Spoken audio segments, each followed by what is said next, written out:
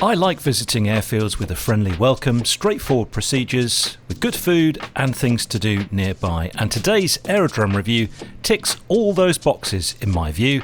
Today, I'm off to Earl's Colne. Our regular followers to the channel will know that Earl's Colne is a bit of home from me. Spent a lot of time there. The airfield and the flight school there give the channel a lot of support. But what I don't usually do is give you an insight into all the details of Earl's Colne, and maybe you're curious about visiting there. So the aerodrome review today, sponsored by AOPA UK, will take a very close look at Earl's Colne, how to join, the airspace in the area, and also what's on offer there food-wise, what you might want to do when you get there. And we mustn't forget probably the biggest selling point of Earl's Colne, the price of its avgas. It's quite probably the cheapest in the UK. I certainly haven't found any cheaper. I'll reveal the price a little later and you can let me know if I'm right on that. I fly all year round, and Earl's Colne is an all year round airfield with a grass and hard runway. This video was filmed in November, so do excuse the autumn-winter colours. Now Earl's Colne benefits from being in Class G airspace, and we'll just take a quick look at it here on the Sky Demon moving map software. Now it's in open airspace up to 3,500 feet, but you've got to watch for that Stansted CTR off to the west there. It's not very far off to the west, 3.5 miles off to the west in fact. The other hazard to be wary of is Wormingford gliding site, which is, by the looks of it, 4 or 5 miles off to the east, and that needs to be taken into consideration. Our circuits at Earl's Colne are all to the south. They are pretty conventional, mostly rectangular, and at 1,000 feet above the aerodrome level. They don't mind any kind of join as long as it's legal and considerate.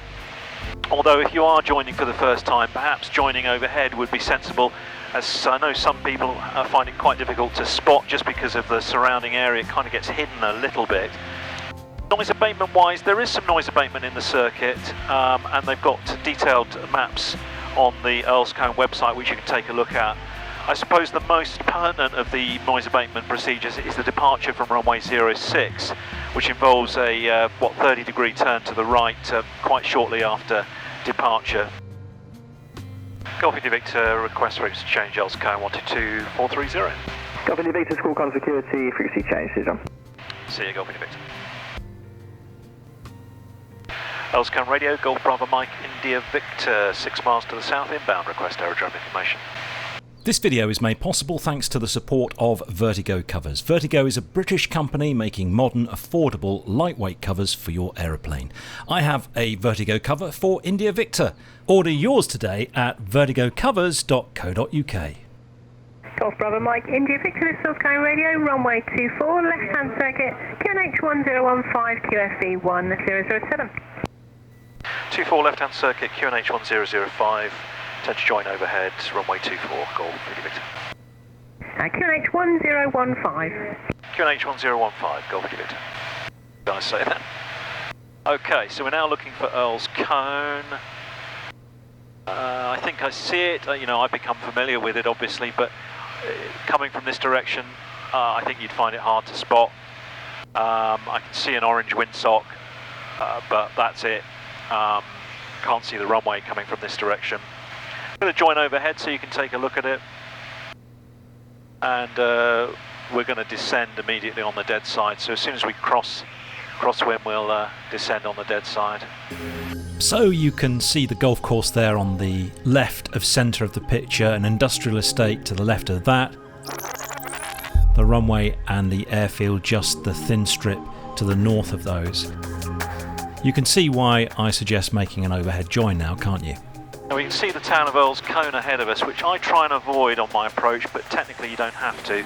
That's what we'd avoid on the 06 departure with the right turn, but we can cut the corner a little bit on the base leg here.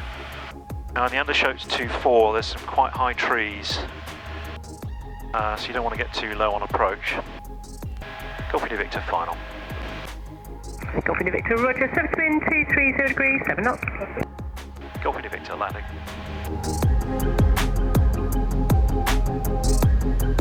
get a bit of turbulence off these trees as well. But yeah, don't come too low. You basically need to get over the trees and then come down. The hard section of the runway is just 10 metres wide, which makes it great for precision landing practice, especially in a crosswind. The whole length has recently been completely resurfaced. And Golf India Victor, welcome to Cone. If you make your way towards the apron, we've got a special parking place for you. Excellent.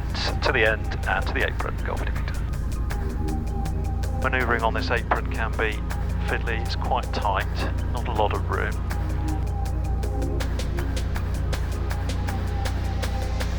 Excellent, there we go. Well, welcome to Earl's Cone.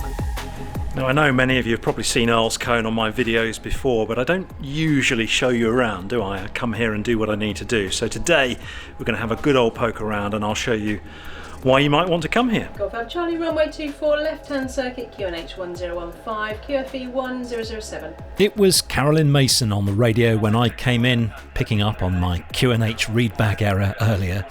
After landing, I sat down with Carolyn to try and get the measure of Earl's Cone. I think one of the best things about Earl's Cone, Carolyn, is how friendly the place is. Yes, yes. I mean, I showed when I came in, there was a bit of banter. Yes, yeah. Darren scoring my landing out of 10. You've got me a special parking space. Okay, I am a friend of the airfield, but it is true. I mean, even the first time I ever came here, when you didn't even know me, you're a friendly place. Yeah, we do pride ourselves on that's one thing we like to be, is like welcoming, friendly. And you're a relaxed place. With a lot of you with sort of piloting experience, you kind of know what it's like to be a pilot. Yeah. You know what you want to get when you arrive at a place. You're a forgiving, kind, relaxed place, but professional at the same time. Yeah, it's a time and place. So if we want to help people and support people, we know what it's like when you're trying to visit a new airfield and it's all sort of very sort of new, and it's, although you've done all your preparation, there's always something that sort of maybe sort of scuppers you when you first come in. There might be sort of lots of traffic or the air ambulance taking off or something. So you know, we sort of be as accommodating and as supportive as we can be, really, to be honest. You mentioned the air ambulance there, and it's the Essex and Herts air ambulance, correct, isn't it? yes, yeah. And whenever I come here, it's always doing something. There's a movement whenever I'm here. They're out and about.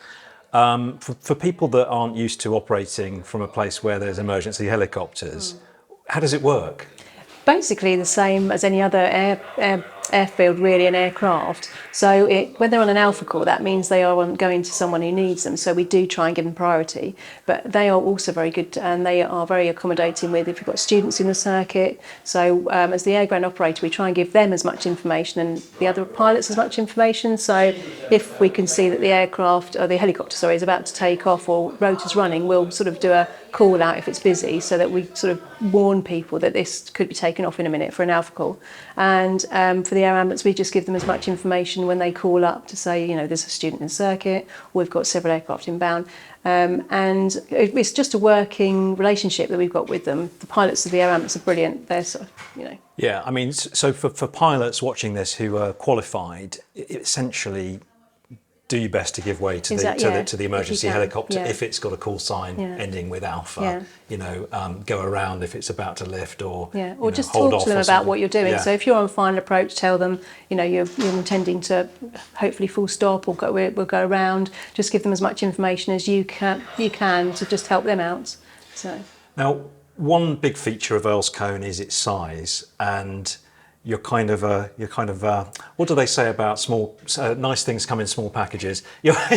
You've got a very small apron there, and we're in winter now, and we've talked about the fact you've got a hard runway, which is great for winter, but it does mean that there's not a lot of parking on the grass, I would imagine. No, at this time of year. We're constantly checking the grass, particularly on the parking side of it, because we tend to sort of try and sort of keep people off the grass section of the runway as soon as we can, because obviously just making sure it's not sort of too boggy or soft.